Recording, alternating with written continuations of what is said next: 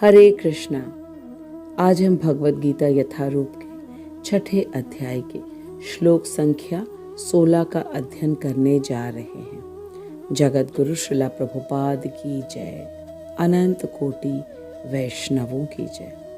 इस अध्याय का नाम है ध्यान योग, अर्थात ध्यान योग के द्वारा हृदय में बैठे परमात्मा का दर्शन करना है। इस अध्याय में भगवान ने हमें अब तक ये बताया कि किस प्रकार मन को नियंत्रित करके और एकाग्र मन से भगवान के विष्णु रूप पर ध्यान लगाना है।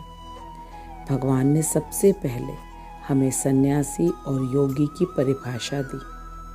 भगवान ने कहा कि जो पुरुष अपने कर्मफल के प्रति अनासक्त है और जो अपने कर्तव्य का पालन करता है वही सन्यासी और असली योगी है।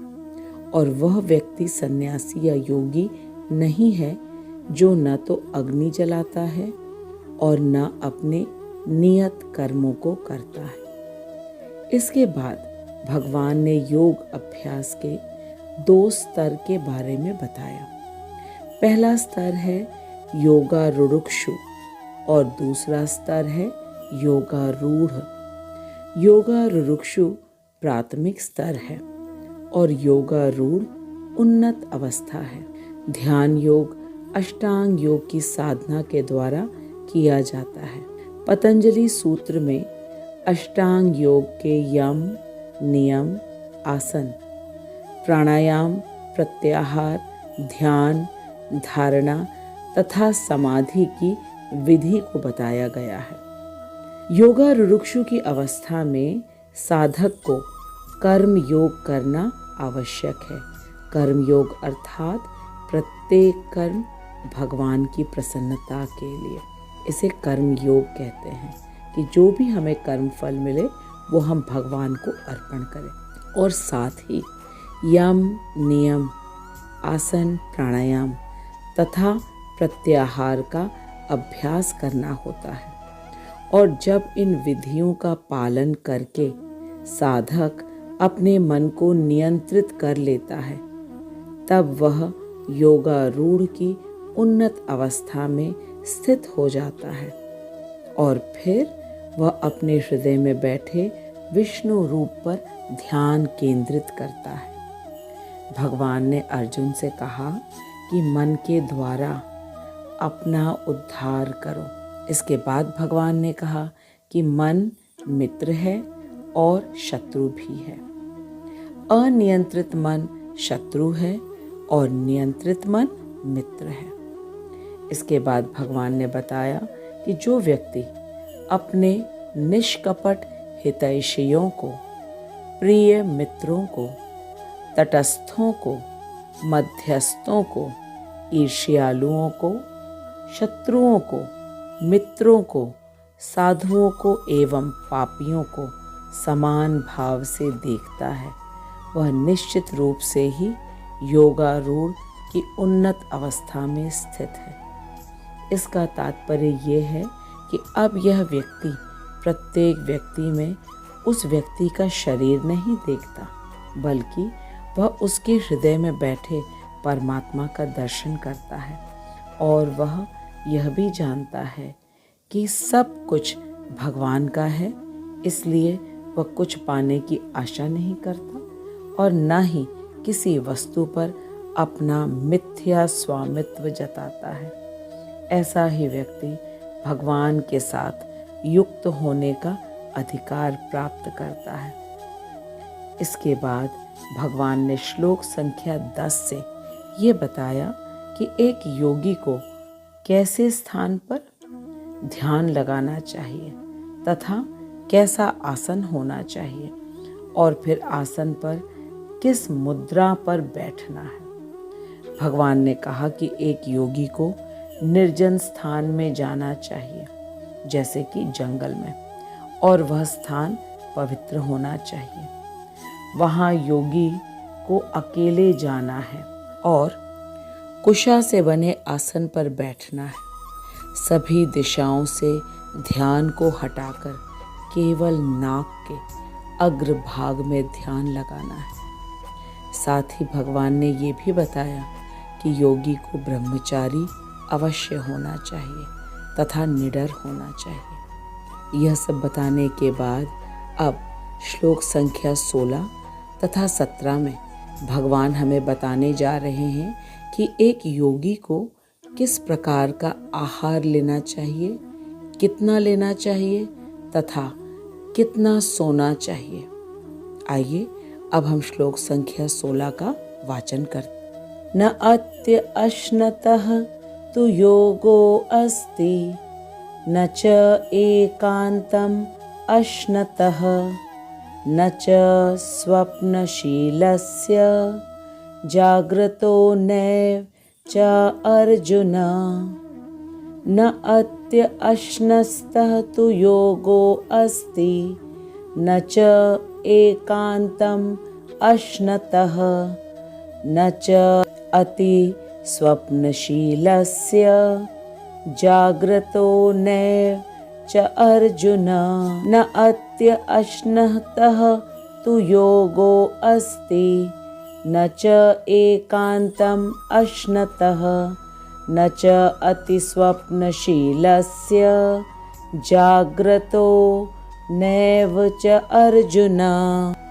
भगवान अर्जुन से कह रहे हैं कि हे अर्जुन, जो अधिक खाता है या बहुत कम न अत्य अश्नतः तु, न च एकांतम अश्नतः।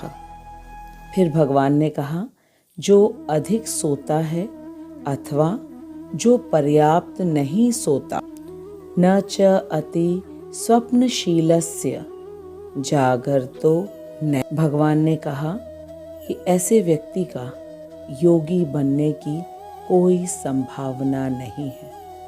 योगो अस्ति न। भगवान ने कहा ऐसे व्यक्ति का जो बहुत अधिक खाता हो या बहुत कम खाता है, जो अधिक सोता है अथवा जो पर्याप्त नहीं सोता, उसके योगी बनने की कोई संभावना नहीं है। आइए अब हम सबसे पहले श्रील विश्वनाथ चक्रवर्ती ठाकुर के अन्वय को पढ़ते हैं। अर्जुन, हे अर्जुन, अति अश्नतः अधिक भोजनकारी का न योगः अस्ति, योग सिद्ध नहीं होता है। तो पुनः एकांतम अश्नतः बिल्कुल अनाहारी का भी न च योग सिद्ध नहीं होता है। अति स्वप्नशीलस्य अतिशय निद्रा परायण का न च नहीं होता है। जागृतः एव न च, और जागृत रहने वाले का भी नहीं होता है। भगवान ने कहा कि हे अर्जुन, न तो अत्याहार का और न ही अनाहारी का, तथा न अतिशय निद्रा परायण और न ही सदा जागृत रहने वाले का योग सिद्ध होता है।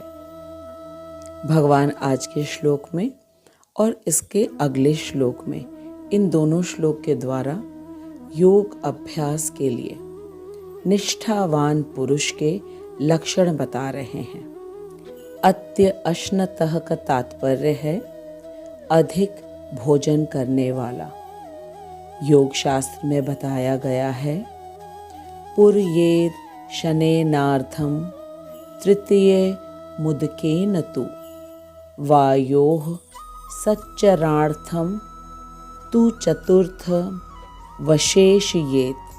अर्थात उदर का आधा भाग अन्न के द्वारा और तृतीय भाग जल के द्वारा पूर्ण करेंगे तथा चौथा भाग वायु के संचरण के लिए खाली रखेंगे। इसमें स्पष्ट रूप से बताया गया है कि उदर आधा भाग ही अन्न के द्वारा भरा होना चाहिए और उसका तीसरा भाग जल के द्वारा और चौथे भाग को वायु के संचरण के लिए खाली रखना चाहिए। श्रील विश्वनाथ चक्रवर्ती ठाकुर बता रहे हैं कि योग साधन में सिद्धि प्राप्त करने के लिए योगी को भूखा रहने पर, क्लांत रहने पर तथा उद्विग्न चित्त रहने पर योगाभ्यास नहीं करना चाहिए। यदि योगी भूखा है या बहुत थका हुआ है या उसका मन बहुत अशांत है तो उस समय उसे योग अभ्यास नहीं करना चाहिए। इसके अतिरिक्त जब अत्यंत शीत हो, अत्यंत उष्ण हो और शीघ्रता के समय योग का अनुष्ठान नहीं करना चाहिए। कहने का तात्पर्य है कि जब बहुत ज़्यादा ठंड हो या बहुत गर्मी हो, बहुत ज़्यादा ठंड में कोई अगर गंगा के तट पे, यमुना महारानी के तट पे बैठ करके अगर वो कोई भी योग साधन करने का प्रयास करेंगे तो नहीं कर पाएंगे यदि उन्हें पहले से अभ्यास नहीं है। यदि पहले से अभ्यास है तो अवश्य कर सकते हैं, लेकिन अगर नहीं है तो अत्यंत शीत और अत्यंत उष्ण में योगाभ्यास नहीं करना चाहिए। और व्यक्ति को जब बहुत ज़्यादा शीघ्रता है, शीघ्रता का अर्थ है बहुत जल्दबाजी है कि योग का कार्य समाप्त करें, भगवान में मन लग रहा है लेकिन इस कार्य को समाप्त करने के बाद तुरंत कहीं और जाना है, ऐसी स्थिति में भी योग अभ्यास का अनुष्ठान नहीं करना चाहिए, क्योंकि ऐसे करने से योग की सिद्धि नहीं होती है। श्रील भक्ति विनोद ठाकुर जी ने हरिनाम चिंतामणि नामक ग्रंथ में ऐसा उपदेश दिया है कि हरिनाम करते समय, भक्ति के अंगों का अनुशीलन करते समय, भक्ति के अंगों का अनुशीलन का अर्थ है श्रवण, कीर्तन, स्मरण या पाद सेवनम इत्यादि इत्यादि। इनको करते समय विशेषतः भगवान की लीला कथाओं का स्मरण काल में जो भी नियम अभी तक बताए गए हैं योग करने के लिए, उन सभी नियमों का सावधानी से पालन करना चाहिए। इसका अर्थ है कि कैसे बैठना है, किस प्रकार से हमें कथावाचक की ओर लगातार एकाग्र मन से उन्हें देखते हुए हृदय को एकदम शांत करके कथा सुनने के लिए, कीर्तन सुनने के लिए बैठना चाहिए। श्रील भक्ति विनोद ठाकुर कह रहे हैं कि साधकों को हरिनाम या भक्ति के और भी अंगों का पालन करने के लिए एकाग्र चित्त की आवश्यकता होती है, और इसीलिए एकाग्र चित्त करने के लिए साधकों को अवश्य ही कुछ समय निर्जन में एकाग्र चित्त से हरे कृष्ण महामंत्र का जप अवश्य करना चाहिए। और श्रील भक्ति विनोद ठाकुर ने कहा है कि यह साधक का कर्तव्य है कि वह प्रतिदिन निर्जन में बैठ करके एकाग्र चित्त करके और वह हरिनाम करे। इससे उसका मन एकाग्र होगा और जब वह कथा कीर्तन सुनने बैठेगा तब उसके शरीर में या मन में कोई हलचल नहीं होगी और वह एकाग्र मन से, शांत मन से कथा का, कीर्तन का श्रवण कर सकेगा। जिन नियमों का पालन ध्यान योग में बताया गया है वह तो शारीरिक अवस्था पर है, शारीरिक लेवल पर है, और यदि इन सभी बातों का ध्यान एक योगी ना रखे तो वह ध्यान योग भी पूरी तरीके से नहीं कर पाएगा, सिद्ध अवस्था तक नहीं पहुंच पाएगा। इसका अर्थ है कि जैसे बैठने के लिए कहा गया है, एकाग्र मन करने के लिए कहा गया है, सभी दिशाओं से अपने ध्यान को हटा करके नाक के अग्र भाग में ध्यान लगाने के लिए कहा गया है, ब्रह्मचर्य व्रत के लिए कहा गया है, निडर होने के लिए कहा गया है। इन सभी नियमों का पालन तो ध्यान योग के लिए आवश्यक है, और यहाँ हम भक्ति योग की बात कर रहे हैं। भक्ति योग जो कि सर्वश्रेष्ठ है, तो उनके लिए तो इन नियमों का पालन अवश्य ही करना पड़ेगा कि जब हम कथा या कीर्तन श्रवण करने बैठें तो हम बार बार अपने शरीर को इधर उधर हिलाए डुलाए नहीं। इससे कथावाचक को विघ्न होता है और हमारा नुकसान हो जाएगा, क्योंकि कथावाचक जब हमें अच्छी तरह सुनाएंगे तभी जा कर के हमारे जीवन में परिवर्तन आएगा। और इसीलिए हमें भी अपने शरीर को एक आसन की अवस्था में ला करके मन को एकाग्रचित्त हो करके हमें कथा और कीर्तन का श्रवण करना है, क्योंकि ये सबसे परम योग है, भक्ति योग का साधन है। इसके अलावा जिस मुख्य बात को आज के श्लोक में भगवान ने कहा है कि न तो अति आहार हो और न ही अति निद्रा हो, यह बहुत आवश्यक है एक योगी के लिए, कि न तो वह अत्याहारी हो और न ही अनाहारी हो, न अतिशय निद्रा परायण हो और न ही सदा जागने वाला हो, क्योंकि इन सब परिस्थितियों में योग की सिद्धि संभव ही नहीं है। आइए अब हम श्रील प्रभुपाद के तात्पर्य को पढ़ करके और सरलता से आज के श्लोक को समझते हैं। श्रील प्रभुपाद बहुत ही सरल शब्दों में कह रहे हैं कि आज के श्लोक में यहाँ पर योगियों के लिए भोजन तथा नींद के नियमन की संस्तुति की गई है। प्रभुपाद कह रहे हैं कि अधिक भोजन का अर्थ है शरीर तथा आत्मा को बनाए रखने के लिए आवश्यक से अधिक भोजन करना। प्रभुपाद ने हमें जो एक उचित भोजन है उसकी परिभाषा बताई कि उचित भोजन वो होता है जो शरीर तथा आत्मा को एक बनाए रखने के लिए आवश्यक है, लेकिन यदि अगर उससे अधिक खाया जाए तो उसे अधिक भोजन कहा जाता है। फिर प्रभुपाद कह रहे हैं कि मनुष्यों को मांसाहार करने की आवश्यकता ही नहीं है, क्योंकि प्रचुर मात्रा में अन्न, शाक, फल तथा दुग्ध उपलब्ध है और ऐसे सादे भोज्य पदार्थ भगवद गीता के अनुसार सतोगुणी माने जाते हैं। मांसाहार तो तमोगुणियों के लिए है। अतः जो लोग मांसाहार करते हैं, मद्यपान करते हैं, धूम्रपान करते हैं और कृष्ण को भोग लगाए बिना ही भोजन करते हैं, वे पाप कर्मों का भोग करेंगे, क्योंकि वे केवल दूषित वस्तुएं ही खाते हैं। भुंगते ते त्वघम पापा ये पचन्त्य आत्म कारणात्। प्रभुपाद कह रहे हैं कि जो व्यक्ति इंद्रिय सुख के लिए खाता है या अपने लिए भोजन बनाता है किंतु कृष्ण को भोजन अर्पित नहीं करता, वह केवल पाप खाता है। और जो पाप खाता है और नियत मात्रा से अधिक भोजन करता है, वह पूर्ण योग का पालन नहीं कर सकता। जो पाप खाता है इसका मतलब है वह तमोगुणी है और वह मांसाहार या मदिरापान या धूम्रपान करता है।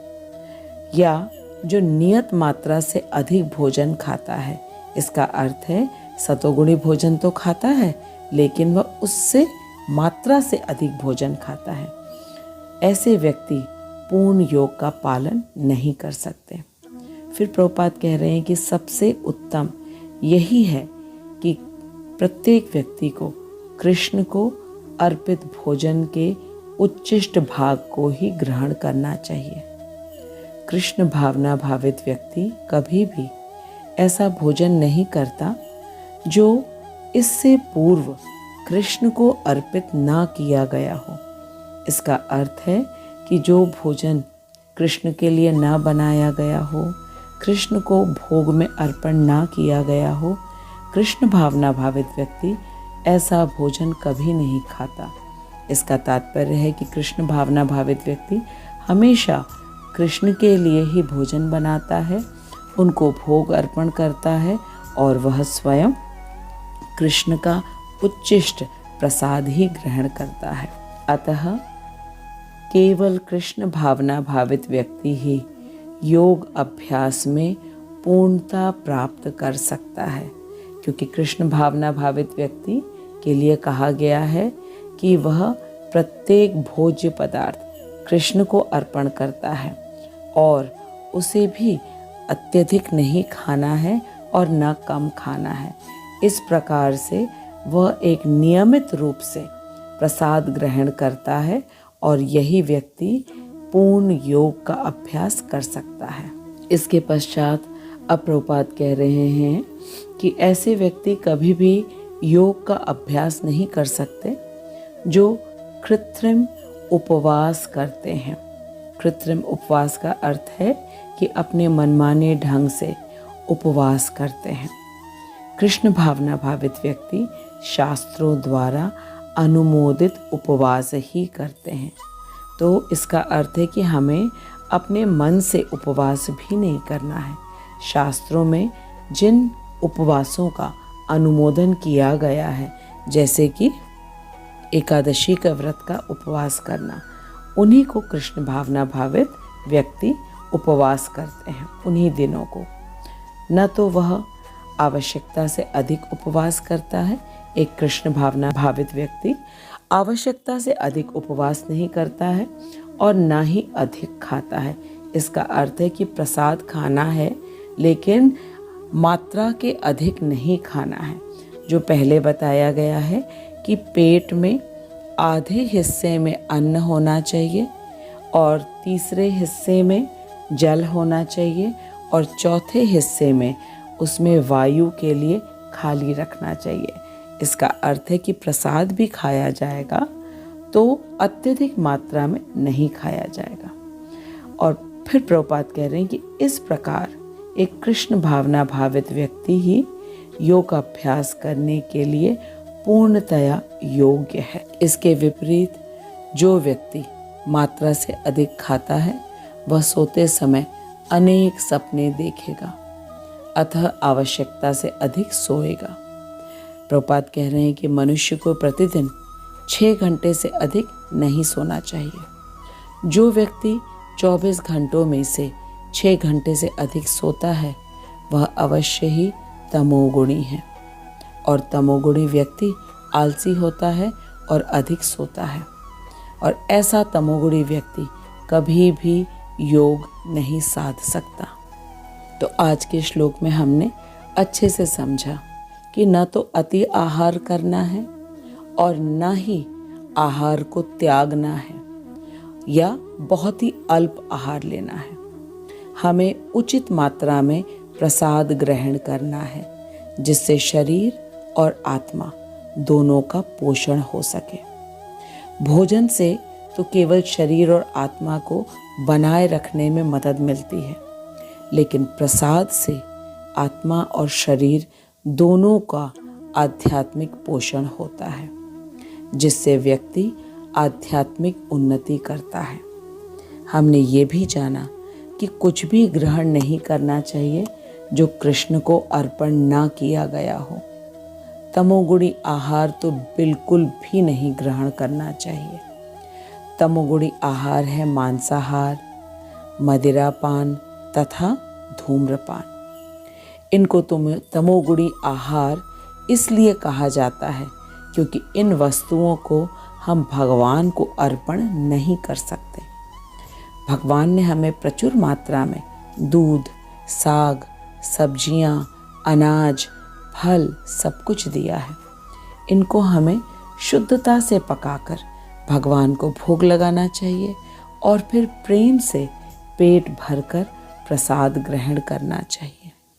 पेट में 2 हिस्से अन्न का होना चाहिए, एक हिस्सा पानी तथा एक हिस्सा वायु के लिए खाली रखना चाहिए। श्रील भक्ति विनोद ठाकुर जी जो कि हमारे सप्तम गोस्वामी हैं, उन्होंने हमें हरिनाम चिंतामणि नामक ग्रंथ से बताया है कि हरिनाम करते समय, भगवान की लीला कथा को सुनते समय भी योग अभ्यास के नियमों का पालन करना चाहिए, अर्थात स्थिर होकर एकाग्र चित्त से कथा का श्रवण करना चाहिए। भक्ति योग तो सर्वोच्च साधन है, इसलिए भक्ति के विभिन्न अंगों का जब अभ्यास किया जाता है, जैसे कि भगवान की जब कथा का, कीर्तन का श्रवण हो रहा है, तो सभी को बिना हिले डुले कथावाचक के मुख को देखते हुए श्रवण करना चाहिए, जिससे कथावाचक को कथा कहने में बाधा न हो, क्योंकि कथा हमारे लाभ के लिए है। तो यदि हम अच्छी तरह नहीं बैठेंगे तो कथावाचक को बाधा होगी। तो इस प्रकार हमें स्थिर होकर बैठना चाहिए, एकाग्र मन से कथा का सम्मान करते हुए कथा का श्रवण करना चाहिए। मैं आशा करती हूँ कि अब हम सभी अच्छे से समझ गए हैं कि हमें कितना भोजन करना है, और भोजन केवल सतोगुणी नहीं होना, भोजन प्रसाद अवश्य होना चाहिए। साथ ही हमने एक और बहुत महत्वपूर्ण बात जाना कि व्यक्ति को 6 घंटे से अधिक नहीं सोना चाहिए। यदि कोई अधिक भोजन ग्रहण करेगा तो अवश्य ही उसे अधिक नींद आएगी, क्योंकि अधिक भोजन से वह सोते समय सपने देखेगा, अतः वह आवश्यकता से अधिक सोएगा। और जो व्यक्ति 24 घंटों में 6 घंटों से अधिक सोता है वह अवश्य ही तमोगुणी है। तमोगुणी व्यक्ति आलसी होता है और अधिक सोता है। ऐसा व्यक्ति योग कभी नहीं साध सकता। अब हमें ये समझ में आ गया कि अधिक भोजन से अधिक निद्रा आती है और आलस आता है, लेकिन यदि हम खूब प्रसाद खाएं तो क्या यह ठीक है? तो इसके उत्तर में श्रील प्रभुपाद कहते हैं कि प्रसाद भी अधिक मात्रा में नहीं लेना है, प्रसाद को भी उचित मात्रा में ही ग्रहण करना है, ताकि आत्मा और शरीर का साथ बना रहे तथा भक्ति अच्छी तरह हो सके। एक भक्त को तो ब्रह्म मुहूर्त में उठना चाहिए और भगवान की मंगल आरती करना चाहिए। इसीलिए उचित मात्रा में प्रसाद लेना तथा सोना चाहिए एक भक्त को। यदि हमारे मन में ये प्रश्न आ रहा है कि हम बहुत अल्प मात्रा में कभी कभार मांसाहार, मदिरापान या धूम्रपान करते हैं तो इसमें क्या नुकसान है? तो इसके उत्तर में शास्त्र हमें बताते हैं कि यह तमोगुणी वस्तुएं हैं और इनके सेवन करने से हम अवश्य ही पाप खा रहे हैं, फिर चाहे वो अल्प मात्रा में हो या ज़्यादा। जहर तो जहर ही होता है, फिर वह चाहे 1 बूंद हो या अधिक मात्रा में हो, नुकसान तो अवश्य ही करेगा। श्रील प्रभुपाद कहते हैं कि भगवान ने अलग अलग जीव बनाया है। किसी का शरीर बहुत छोटा है, जैसे कि चींटी, तो कोई हाथी है। चींटी के लिए थोड़ा भोजन पर्याप्त है और हाथी को बहुत अधिक भोजन की आवश्यकता है।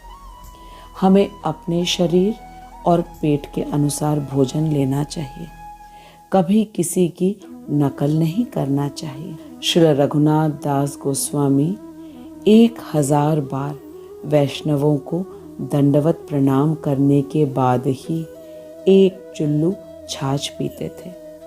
यदि हम श्री रघुनाथ दास गोस्वामी जी की नकल करना चाहेंगे तो बिल्कुल नहीं कर पाएंगे, उल्टा बीमार पड़ जाएंगे।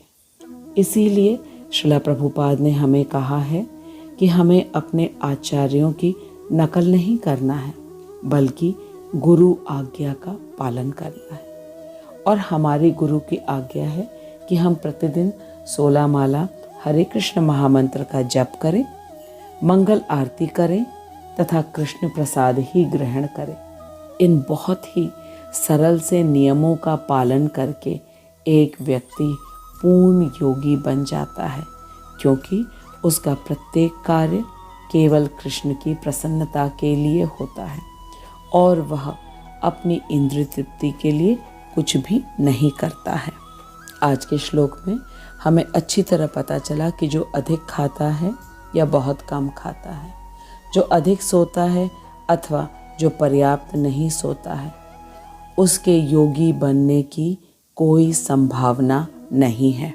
और योगी बनना आवश्यक इसलिए है क्योंकि हम भगवान के अंश हैं और भगवान से हमारा वियोग हो गया है। वियोग हुआ है, इसीलिए हम इतने दुखी हैं तो हमें भगवान से वापस से अपना योग संबंध स्थापित करना है, जिसलिए ज्ञान योग, ध्यान योग और भक्ति योग का मार्ग बताया गया है। मैं श्रीला प्रभुपाद, श्रीला विश्वनाथ चक्रवर्ती ठाकुर, श्रीला भक्ति सिद्धांत सरस्वती ठाकुर, श्रीला भक्ति विनोद ठाकुर और मैं अपने शिक्षा गुरु हिज ग्रेस हरिमोहन दास प्रभु जी को दंडवत प्रणाम करती हूँ, जिनकी अहेतु की कृपा से हम भगवद गीता के गुह्य ज्ञान को, परम गुह्य ज्ञान को सरलता से समझने का हमें अवसर मिल रहा है। मैं आपको धन्यवाद देती हूँ कि आप अपना कीमती समय भगवान को जानने में आप समय व्यतीत कर रहे हैं। आपने क्या सीखा अवश्य लिखिएगा आप। यदि कोई प्रश्न हो वह भी अवश्य लिखिएगा। खूब मन लगा के वीडियो को देखिए, अन्यों के साथ शेयर करिए और अगले श्लोक में हम और चीज़ें जानेंगे। किस प्रकार का भोजन होना चाहिए, किस प्रकार की निद्रा होनी चाहिए, अगर ऐसा नहीं होता है तो क्या होता है। भगवान से ही हमें जानना है हर चीज़। अगले सप्ताह मिलेंगे, तब तक हरे कृष्ण महामंत्र का जप करिए। हरे कृष्ण।